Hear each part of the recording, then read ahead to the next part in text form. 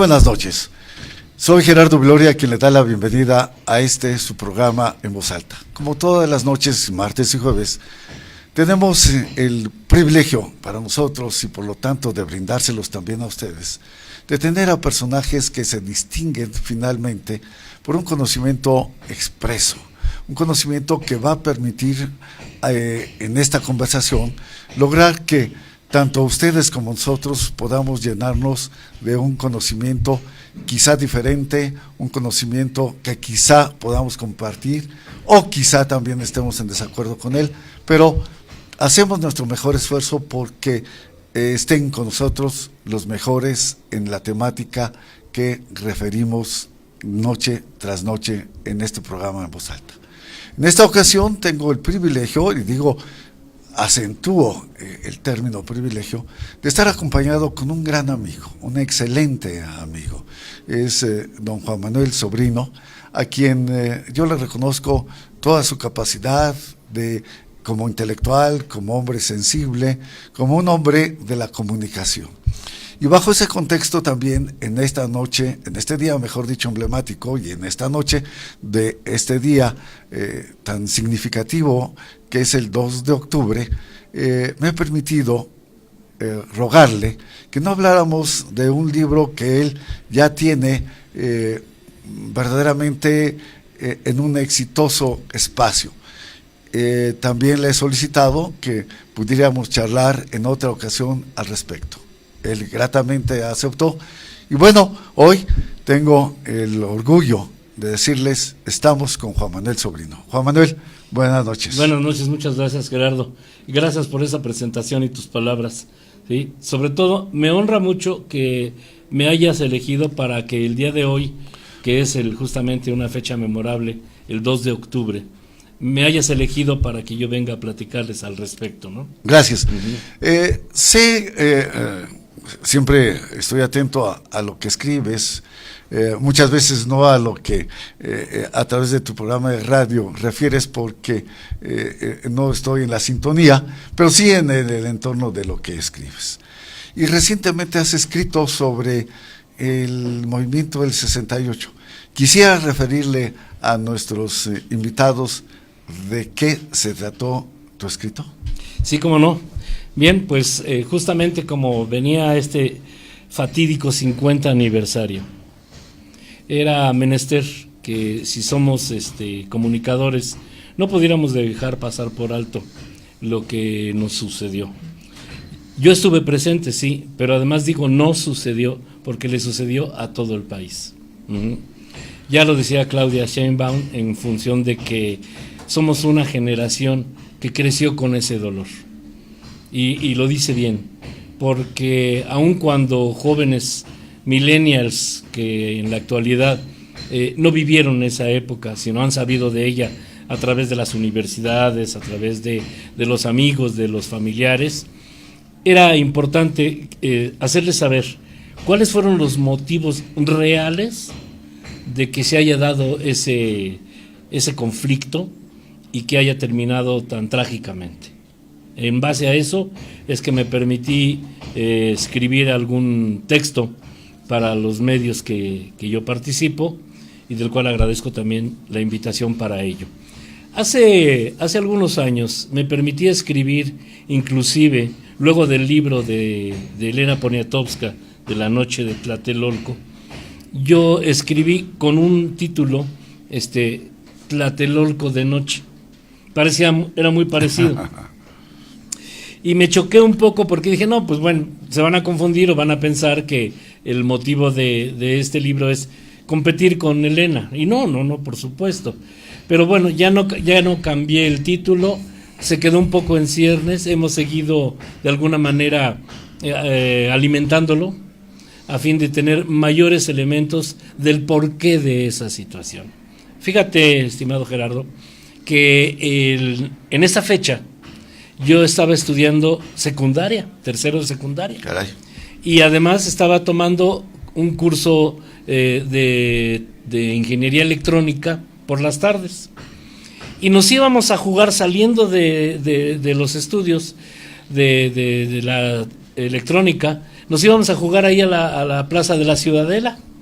Éramos puros jóvenes, se reunía la vocacional, se reunía los institutos que estábamos por ahí, y la Isaac Ochoa Terena, que era una preparatoria. Y de alguna manera ya éramos preparatorianos, ¿no? Y nos íbamos a jugar. ¿Estudias en la secundaria? En la secundaria, estaba saliendo. Entonces nos íbamos a jugar ahí a la Ciudadela, pues unos jugaban fútbol, otros jugaban tochito, ¿no? Lo que es el fútbol americano, pero más light, ¿no? Y estábamos ahí esperando la reta, porque ya cuando llegamos ya estaban jugando ahí la Isaac Ochoa Terena con la vocacional, el Politécnico que estaba ahí a un lado. ¿Está? Bueno, pues una patada de un muchacho a otro muchacho se desencadenó en una batalla campal. Nosotros sentados ahí en cuclillas en el suelo esperando la reta, y empezamos a ver esa batalla campal. Y a un lado está una oficina de la Secretaría de Gobernación. Entonces se dejan venir los policías. Al parecer iba a ser para disuadir la batalla campal, pero no, llegaron a golpear a diestra y siniestra a quien se moviera, ¿no? Presenciamos esa situación, pero ellos vieron que nosotros estábamos de alguna manera ajenos a esa situación porque estábamos observando el partido. Se dice que eran granaderos. ¿Tú Sí. me dices que no eran granaderos? No en ese momento. En ese momento Porque eran... se dice, quienes participaron en ese espacio, que eran granaderos quienes dieron la represión a estos jóvenes. Es correcto lo que dices, pero en ese momento, en el momento exacto de la pelea entre estudiantes, los que salieron fueron los policías que estaban en la oficina esta de la Secretaría de Gobernación, ¿sí? Los enviaron luego a disuadir la pelea, pero llegaron con toletes a golpear, ¿verdad? A uno lo hirieron de gravedad. Qué raro, ¿sí? porque en ese momento recuerda que la policía de Gobernación no eran más bien agentes encubiertos.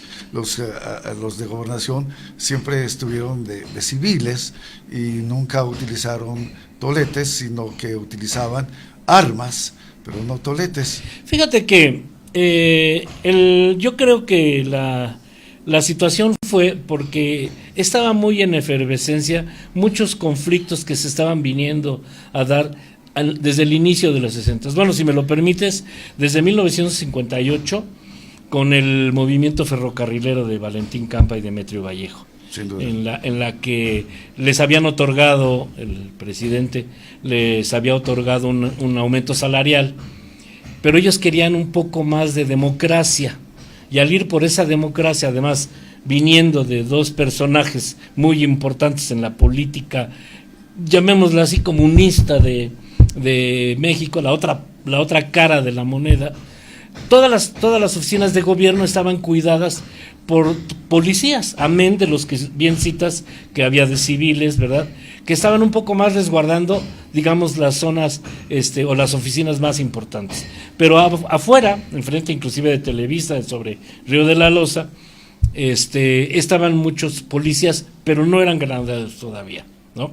Y sí, llegaron con toletes, no el tolete actual, sino el anterior, que era más pequeño. La macana, correcto. Entonces, pero llegaron a dar en la cabeza luego y sin preguntar, ¿no?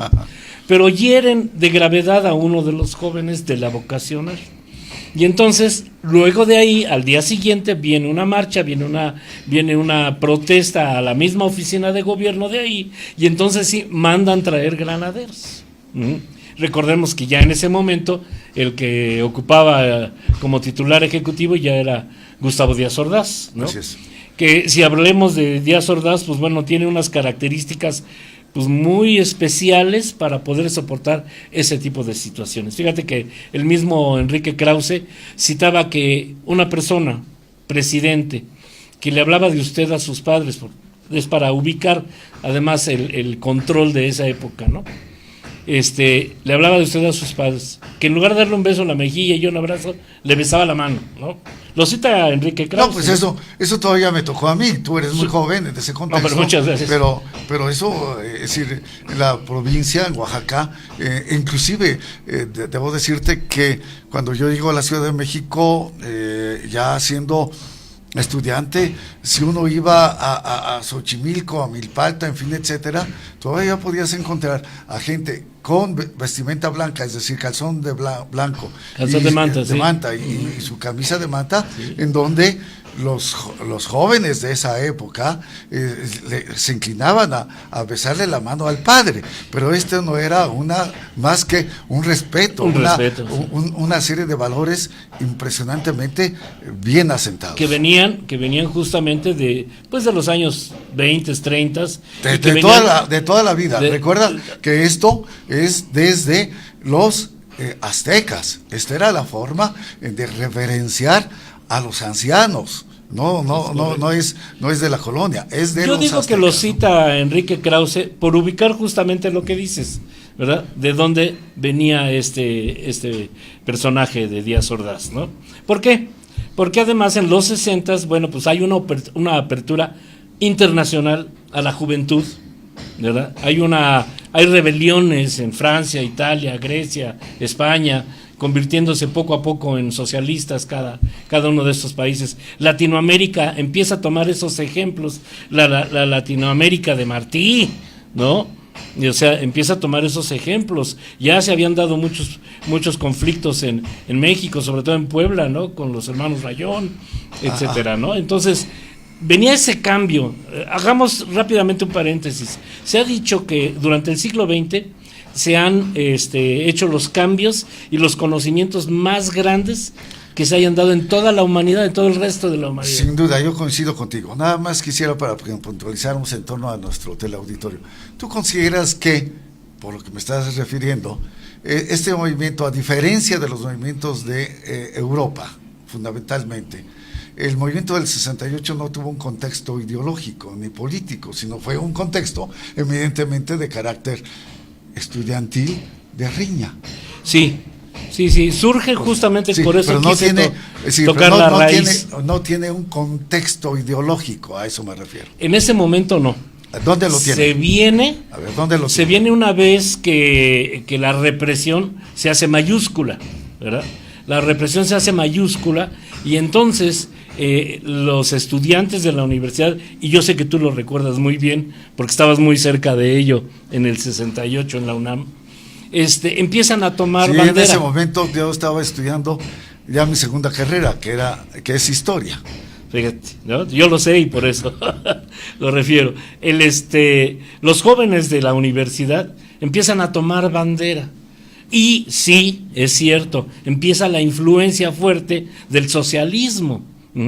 Pero yo refería a lo de Díaz Ordaz para ubicar cómo era su pensar, cuál era su sino, sus características familiares, sociales, políticas, por qué actuaba así. Hombre, el libro de es Boiler Jefferson, creo es Morley Jefferson, que se titula Nuestro hombre en México, se refiere que Díaz Ordaz era colaborador de la CIA. Digo, ¿no? Y todo lo que hizo fue por intereses que tenía personales y políticos con Estados Unidos. Y eso lo llega a saber todo mundo, sobre todo Barros Sierra, que en ese momento era el rector de la universidad, y le da el apoyo moral, por lo menos, a los estudiantes, ¿verdad? Porque dicen, bueno, ok, surge de un acto, pues, digamos, insigne, ¿no? En un momento dado se convierte, pero la represión es otra. Ya como gobernador de Puebla, el propio Díaz Ordaz había provocado mucha represión. Había dejado en el puesto en Puebla a Nava Castillo, que lo refiero en mis notas, ¿no?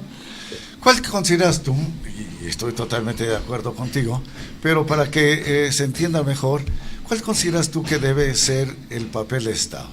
Recordemos que en este momento nosotros estamos criticando a los actuales gobiernos de que no toman lo que tienen que hacer, la función del Estado, ¿sí? A una reacción es la reacción, ¿sí? Y en ese momento el Estado ha perdido su presencia. ¿Y el Estado está para qué? Para dar seguridad, certidumbre. Bien, adelante. Gracias, mira, tengo que tocar el tema, por ejemplo, del capitalismo, el imperialismo y el comunismo, que son totalitarios. ¿Qué se buscaba entonces? Una democracia, el que no fuera tanto sometimiento sobre no solo sobre los estudiantes, sino por la población en general. Todos los estados estaban teniendo conflictos muy fuertes. Te citaba Guerrero, por ejemplo, ¿no? Donde surge la Liga 23 de septiembre con Lucio Cabañas y Gerardo Vázquez Rojas, que surge de toda la problemática que el entonces gobernador de Guerrero, Caballero Aburto, ¿verdad? Pues le quitaba las tierras a los campesinos, hacía desapariciones, ¿sí? Había un exceso de poder, ¿no? Había exceso de poder, sí. En Puebla. Había un autoritarismo, ¿no? Total y absoluto. Y además, de alguna manera, aceptado por el presidente Díaz Ordaz. Sí. Yo te quisiera preguntar un poco también para hacer rememoranza de lo que, y que dejar muy clara esta magnífica presencia tuya. ¿Recuerdas por qué nosotros, como país, sin tener ningún conflicto con Alemania, enviamos al famoso Escuadrón 201? Sí, bueno, te recuerdo que yo era un pequeño adolescente. Pero yo me refiero a porque eres un hombre letrado, instruido, docto, en muchas funciones, y por lo tanto, por eso te pregunto. Sí, gracias. Mira, tendría que ubicar, y te ruego que me lo hagas saber, quién era el presidente en ese momento cuando Lázaro Cárdenas. Cuando manda el Escuadrón 201. Lázaro Cárdenas. Muy bien, muchas gracias. Porque ahí ubico la política de cada presidente, ¿no? Como lo hemos hecho con Ruiz Cortines, con Ávila. Y te lo refiero por lo siguiente,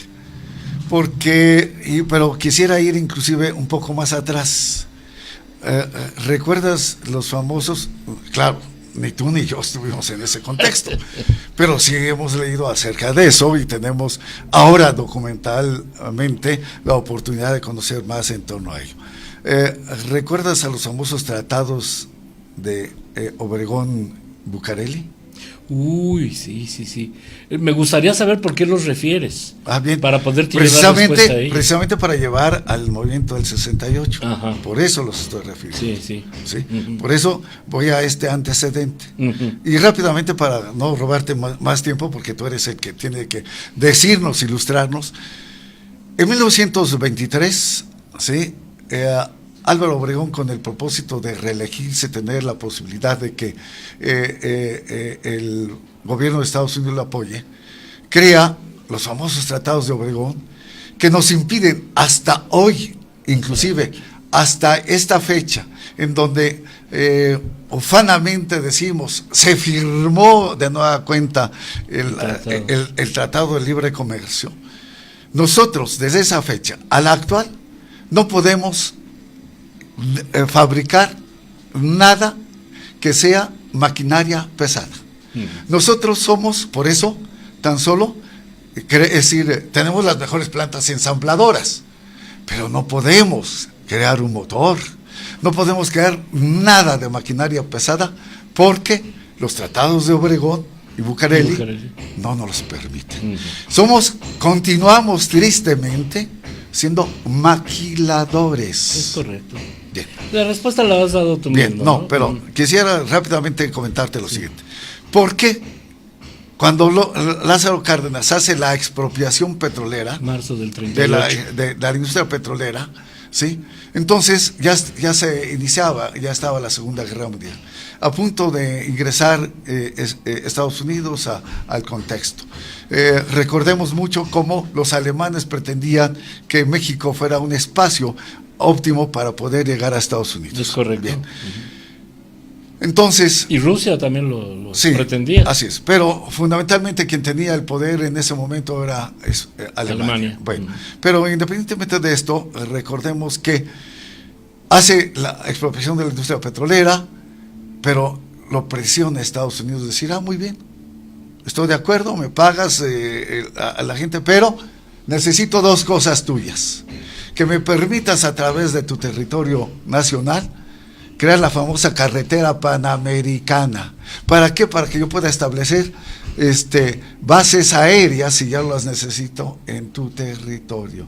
¿Sí? Por eso es de que se construye la famosa carretera panamericana. Recuerda que inclusive quisieron dividir México por el istmo de Tehuantepec. Lo siguen queriendo. Bueno, pero y acabaron en Panamá. ¿No? Bueno, pero rápidamente quisiera decir en el entorno de lo que tú dices de Díaz Ordaz, porque sí aquí quiero que quisiera que quedara muy preciso lo siguiente. Nosotros teníamos en 1968 en la puerta los famosos, ¿cómo se llama? Juegos Olímpicos. Sí, 19. En 1968 ya los famosos tratados de Bucareli estaban feneciendo.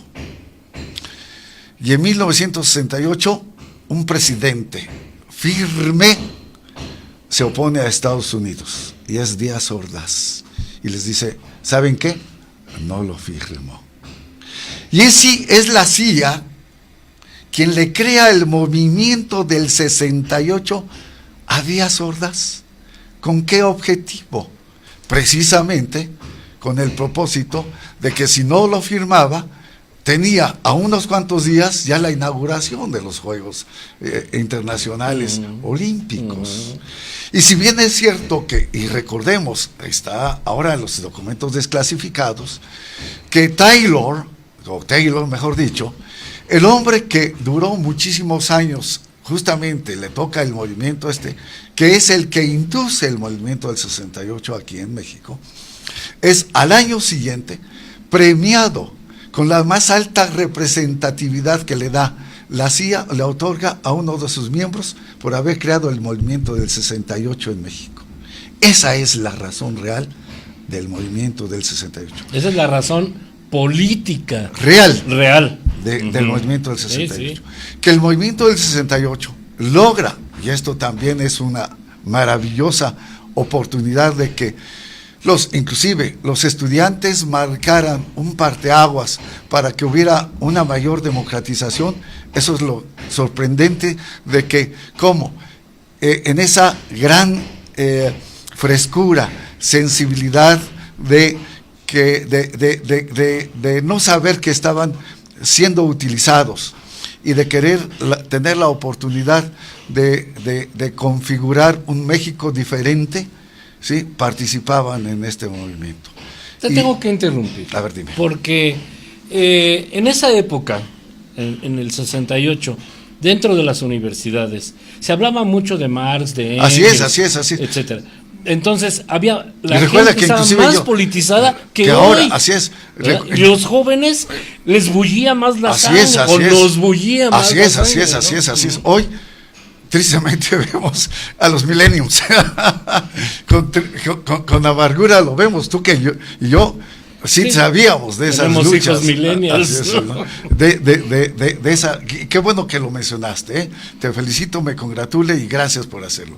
Pero sí teníamos otro concepto de un México. Totalmente. De un México que era nuestro. Totalmente, ¿no? Y lo queríamos hacer y recuperar, ¿verdad? Para que fuera del pueblo y no del gobierno, ¿verdad? Que hayan sido, como dijiste, utilizados, sí, pero no solamente por Estados Unidos, porque los que sabían que estaba ahí don Eberto Castillo, ¿verdad? Que estaba ahí el mismo Vallejo, Valentín Campa. Sí, mucho se ha hablado del Partido Comunista que intervino en ese momento, sí.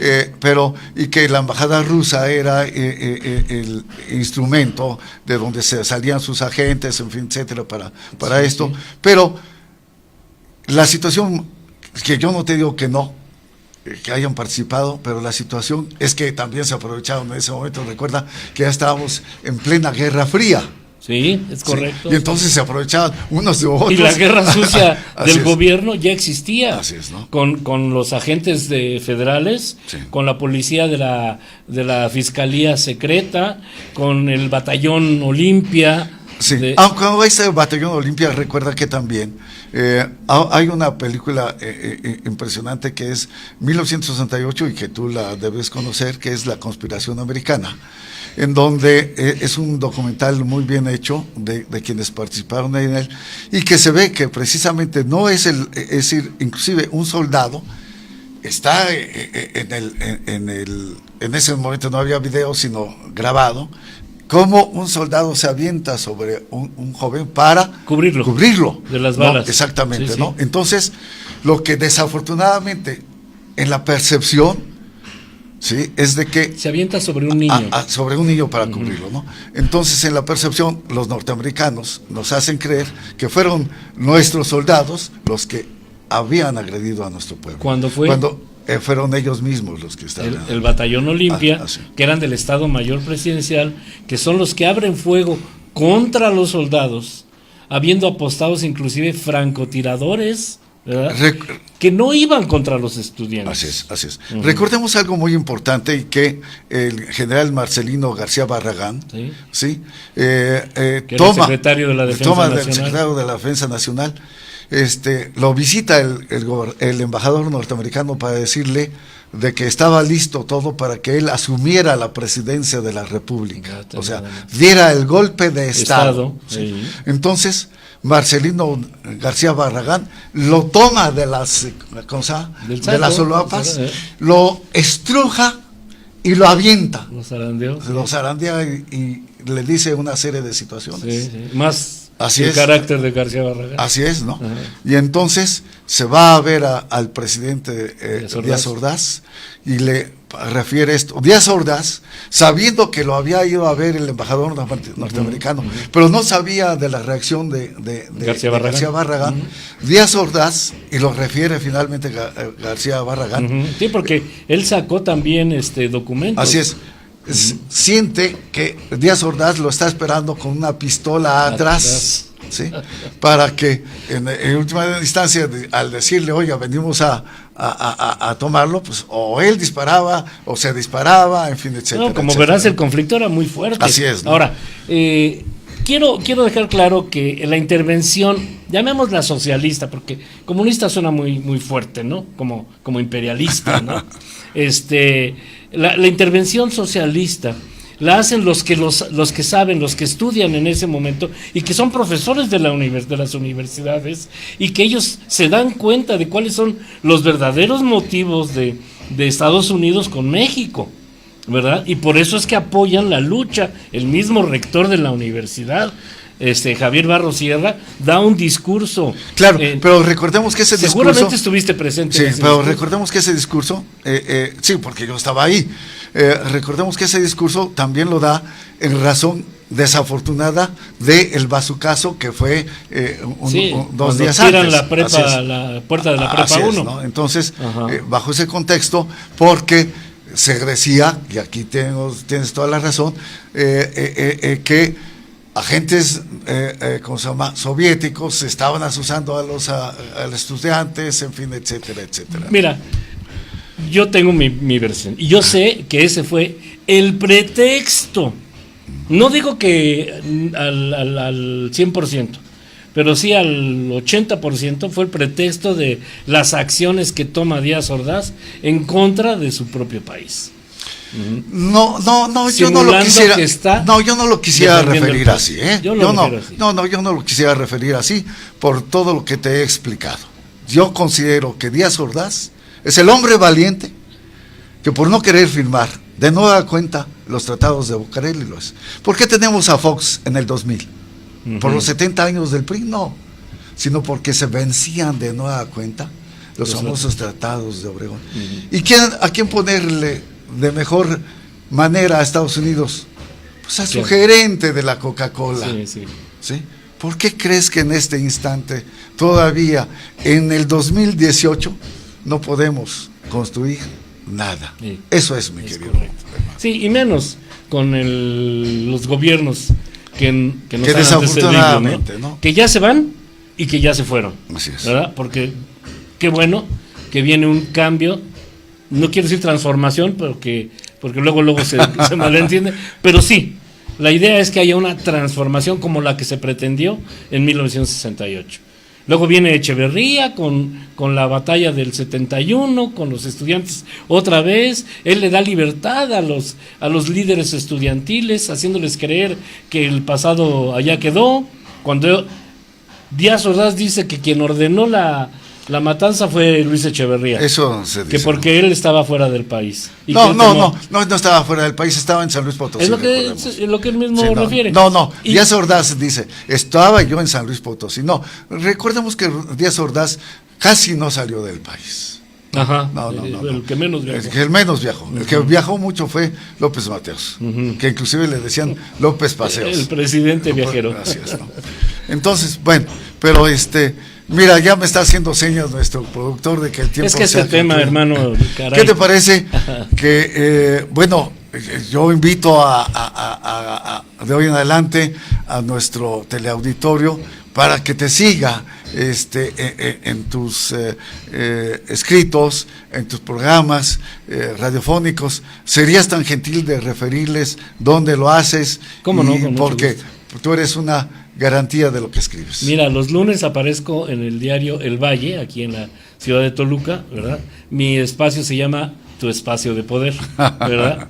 Y en Ultra ya tenemos casi 16 años, estuve los jueves, a partir de la semana pasada me hicieron favor ya de darme lo vi los viernes. Ajá, sí. A 2:30 de la tarde, dentro del noticiero, nuestra colaboración, donde hablamos de política, sociedad y finanzas. Eso también, ¿no? Oye, ¿y dónde hablas sobre lo que tú además lo haces extraordinariamente bien, sobre esa superación personal? Bueno, porque ha habido unos cambios en Radio Capital todas las mañanas sobre la meta del planeta, ¿no? Eso es. Que es el título de mi libro. Estoy por iniciar una serie de conferencias y cursos también, para la gente en general.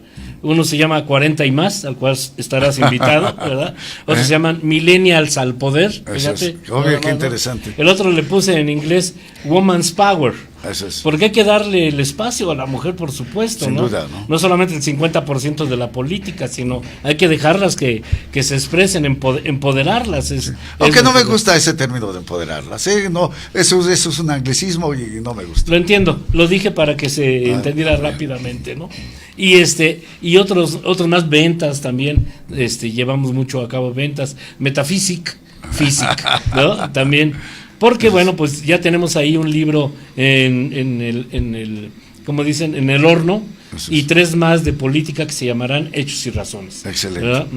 Mi queridísimo Juan Manuel, como siempre, un privilegio charlar contigo, un gran gusto hoy hacerlo a través de este espacio que nos brinda gracias. El Informante, y que para mí el reencontrarte y tener esta frescura de tu conversación me complace mucho. Muchas gracias. De todos modos, si me lo permites, mi mail es juanmanuelsobrino, como mi nombre, @live.com, se escribe live.com, para que puedan referirme lo que gusten.